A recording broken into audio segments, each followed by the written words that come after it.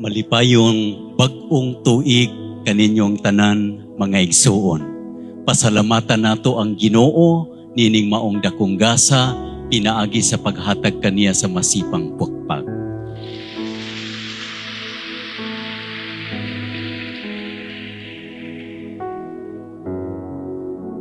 Atong pamalandungan karon mga igsuon, ang tema bahin sa kalinaw.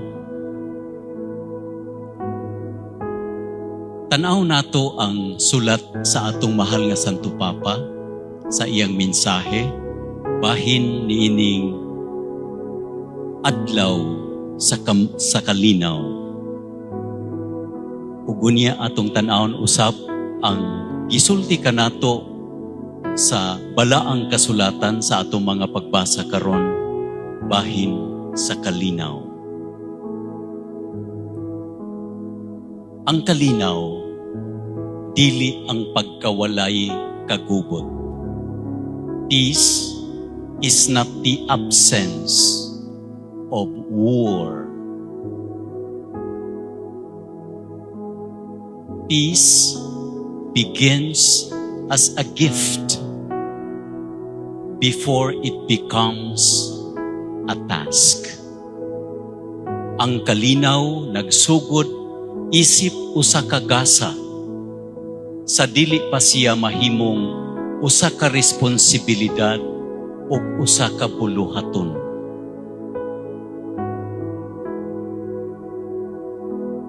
Dili siya bunga sa tawhanon nga paningkamot lamang, kundili usa siya ka gasa nga gikan sa Dios ug gipalambo sa hiniusa ug katilingbanong pagpaningkamot. Adunay kalinaw kung kitang tanan magtinabangay aron sa pagpatunhay niini. Sa atong unang pagbasa, ang mga Israelita nakasinati sila sa kalinaw tungod kay gipanalanginan sila sa Diyos. They were blessed by God. Ugunya sa atong pagsabot, simple nga pagsabot, when we are blessed by God, kana nagpasabot nga aduna kitay maayo nga relasyon sa Ginoo. Peace is harmony, good relationship, in good terms. Mao nga ang mga ginikanan nga dili in good terms sa ilang mga anak, dili sila magpa-bless. Dili sila magpa-amin. Ug ang mga bata pod, maglabay-labay lang na sila, ug dili mo amin. Blessing is always associated to a harmonious relationship. Ang kamingyoon nga gisupak sa mga ginikanan, moingon ang ginikanan, wala kanay blessing sa amo, walay panugot, dili ko motambong sa imong kasal, kay wala nay blessing kanako. Ang diocese sa Tandag, sa pag-abot nako dinhi, gisultihan ako og kini atong gipadayon nga tungod sa atong environmental concern, atong pag-amping sa kinaiyahan, kang Bishop Ner nga panahon hangtod sa akong panahon, adunay palisiya nga gisunod sa mga kaparian. There should no blessing to equipments that are used for mining activity. Tungod sa atong advocacy for integral ecology. Magpa-bless kita sa balay sa atong mga motor, sa atong mga sakyanan, sa atong mga galamiton sa pag-ampo, rosaryuhan. Sahay bisag blender atong pablisingan. Kadtong mag-take sa exam, halos mabasa na ang ilang mga ballpen o mga pencil. Kay gusto gid nila ituslob sa holy water para ma-bless gyud, para makapasar. Gusto nato dunay blessing. Og ang pag-bless ni ining mga butanga ug mga tao alang sa maayo nga katuyuan nga makapalambo sa kalinaw. Sa atong ikaduhang pagbasa, gisultihan kita ug sa atong ebanghelyo nga mas gipanalanginan gayud kita sa usa ka talagsaon nga paagi nga sa pag-abot na sa hustong panahon, the fullness of time, gipadala sa Dios ang iyang bugtong anak ug unya natawo kini isip usa ka bata aron sa pagluwas kanato. Usa ka bata. Unsa may kalambigitan sa usa ka bata sa atong pagpamalandong sa kalinaw ug pangandoy sa kalinaw. Ang kalibutan kanunay naghuna-huna nga maprotektahan nato ang atong kalinaw kung aduna kitay igo nga hinagiban. Mao nga taas kaayo ang atong budget para sa mga armas. Kinahanglan nga daghan ang atong mga sundalo. Daghan ang atong mga armas. Aron dili kita daog-daogon sa lain nga mga nasod. O kinahanglan nga lig-on kita, magmando kita ug mahimong mas gamhanan kaysa uban. Kung daghan kaayo ang atong mga sundalo, daghan ang atong mga hinagiban, dili kita mapildi sa kaaway ug mabatunan nato ang kalinaw. Apan ang mga armies karon, dili lang mga sundalo nga atong makita nga dunay uniform. There are also armies in social media nga nagpalambo sa mga bakak, disinformation and misinformation. They are armies. They are trolls nga dili magpalambo sa kalinaw tungod kay ang ilang gipakadak-an mga butang nga dili tinuod. Mao kini ang gusto sa kalibutan.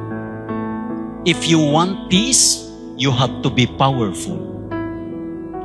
Pero sa atong ebanghelyo o sa atong ikaduhang pagbasa, if you want peace, be powerless.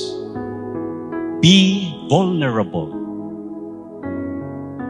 Do not use arms. Mao nga matingala kita. Nga ngano man nga kung maghisgot kita og kalinaw, ang gipakita sa Ginoo kanato nga maoy Yahweh sa kalinaw, usa ka imahe sa usa ka bata, usa ka hulagway sa bata. Ngano man? Because a child has a disarming ability. Bisan usa ka sundalo, mahimo niya buhian ang iyang hinagiban, ang iyang pusil, aron iyang sapipihon ang usa ka inosente nga bata. Kadtong mga magtiayon nga nagpili gayud nga magminyo sila bisag walay blessing sa ilang ginikanan. Kung manganak na, muuli sa balay, tungod kay gipalayas lagi kay dili gusto ang ginikanan, walay blessing. Pero kung doon na nay bata nga dala, makita na nila ang ilang apo, it will disarm all the anger, all the ill feelings, ug ilang kuguson ang ilang apo, ug maghinay-hinay pagbalik ang maayo nga relasyon sa pamilya.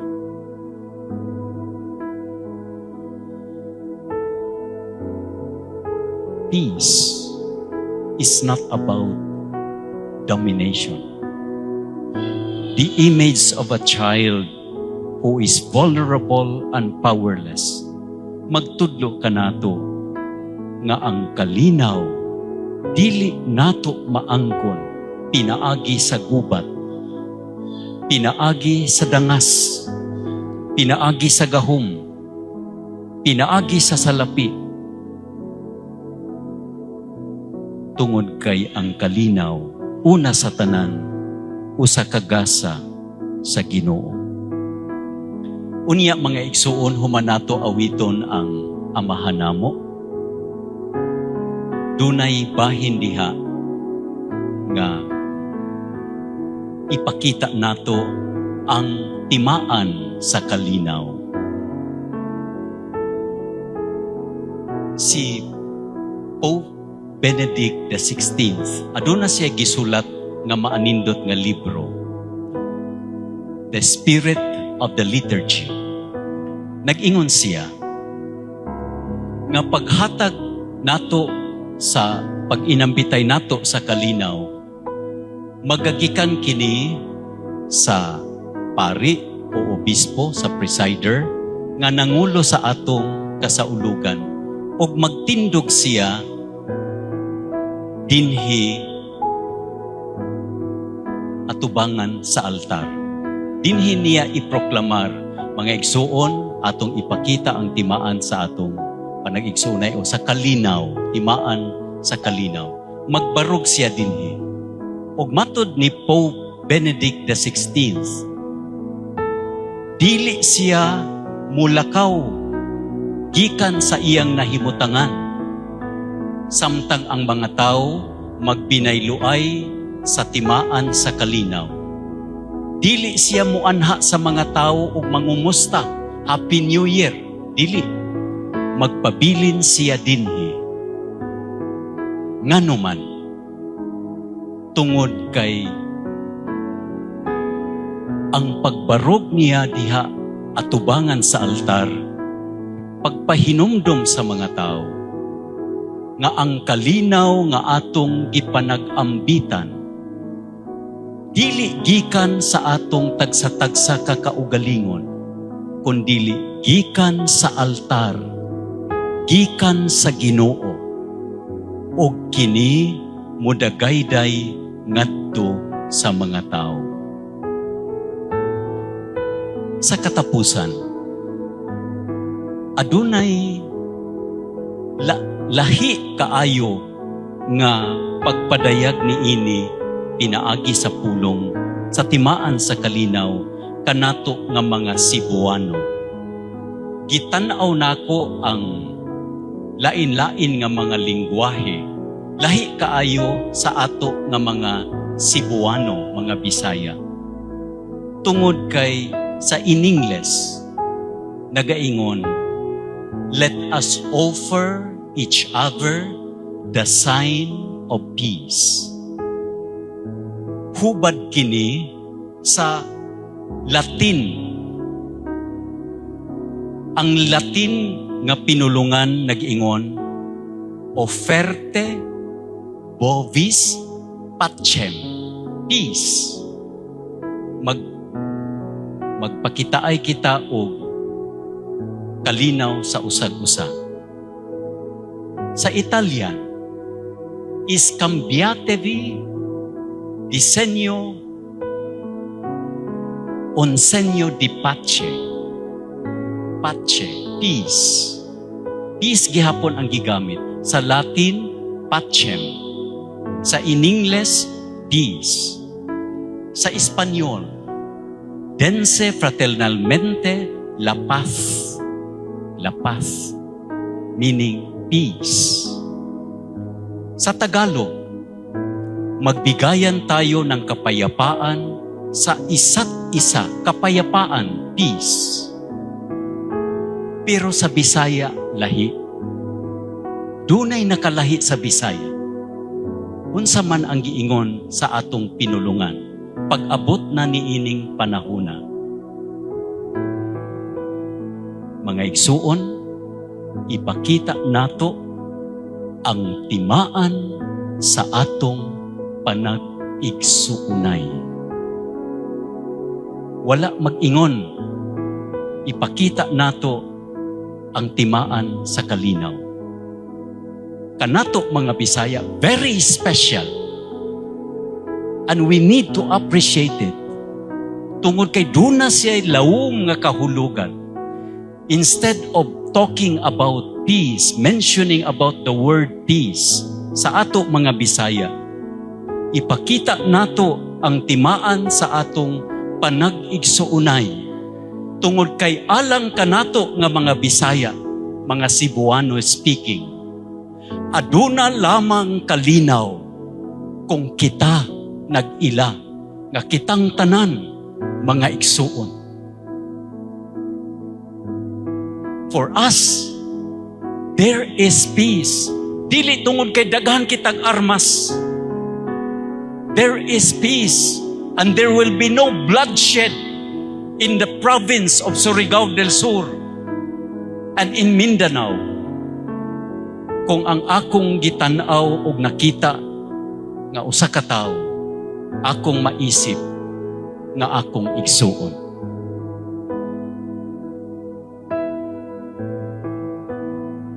Adunay mga igsuon nga walay panag-igsuunay. Mao nga kung magbahin na sa yuta, walay kalinaw, magkagubot, kay wala ang panag-igsuunay nga espiritu. Dunay mga balay nga mga dagko kaayo. Daghan og pagkaon. Apan walay kalinaw, kay walay pag-inigsuunay. Wala untay korupsyon sa atong katilingban. Kung naghuna-huna kita, nga kini makaapekto sa akong mga igsuon nga mga masakiton, sa mga estudyante, sa atong mga kalamidad, sa atong mga buildings, mga classrooms. Kung ang atong mga public servants maghuna-huna, nga ang iyang alagaran, iyang mga igsuon, walay kagubot ang atong katilingban. Tuguti ako pagtapos sa usa ka sugilanon nga tingali akong napaambit sa una. Duha ka mga managsuon nga lalaki. Ang usa mingyo ug adunay 3 ka mga anak. Samtang ang usa nagpabilin nga ulitaw ug walay anak. Pagkamatay sa ilang ginikanan, nabahin na ang ilang 20 ka hektarya nga basakan. Ug silang duha adunay kaugalingon nga mga bodega para didto nila hipuson, tigumon ang abot sa ilang napulo ka hektarya nga basakan. Pag-abot na sa ting-ani na, plastado na ang mga sako sa bugas, puno sa bugas, dito sa ilang tagsa-tagsa ka mga bodega. Ugunya, ang magulang, ang mingyo nga magulang nga igsuon, naghuna-huna sa usa ka gabi ni ana. Huna-huna siya, samtang naghigda. Kaluoy ba sa akong igsuon? Kung matigulang siya, walay mo tabang kaniya kay wala siya'y mga anak. wala siya'y asawa. Maayo siguro nga mukuha ako og usa ka sako akong ibalhin didto sa iyang bodega. Kay luoy ang akong igsuon. Ang usapod ka igsuon nga ulitaw sa iyang paghigda-higda sa gabi, naghuna-huna usab. Kaluoy ba sa akong igsuon nga mingyo na siya'y asawa, tulo pagabok iyang mga anak? Kung magsakit ang usa, nag-eskwela ang tulo, kaluoy nila. Kinahanglan nga ako siyang tabangan. Mao nga mubangon sab siya sa usa ka gabi ug magkuha sa usa ka sako ug iyang ibalhin didto sa bodega sa iyang igsuon. Ug ila kining gihimo sa daghan nga mga gabi. Ug matingala sila, murag wala man makuhai ang akong mga bugas. Hangtod nga nahitabo, nagpasaan silang duha, ug unya nagtagbo sa dalan. Ug ilang gibutang ang ilang gipasan nga mga bugas. Ug nagkakos sila. Ug ginaingon nga didto sa ilang gitindugan nagbaro gitukod ang usa ka maanindot nga simbahan. Ang simbahan nagsimbolo sa presensya sa Ginoo. Ug diha kaniya nagagikan ug nagdagayday ang gasa sa kalinaw. Alang kanato nga mga Cebuano speaking, mga Bisaya, duna lamay kalinaw kung adunay panag-igsuunay. Hinaot nga niining atong pagdawat sa bagong tuig, mahimong mas lik-on ang atong panag-igsuunay ug ang atong kanunay nga pagsimba sa Ginoo magpalig-on sa atong kasing-kasing aron magpabilin siya nga bukas ug andam magpakita sa timaan sa kaluoy pinaagi sa inigsuon nga pagtinabangay aron atong mabati ang Ginoo nga mag-ingon. Panalanginan o bantayan unta kamo sa Ginoo. Magmaluluyon o magmahinantagon unta siya kaninyo. Mahimuot unta ang Ginoo kaninyo. Ug hatagan kamo sa iyang kalinaw. Amen.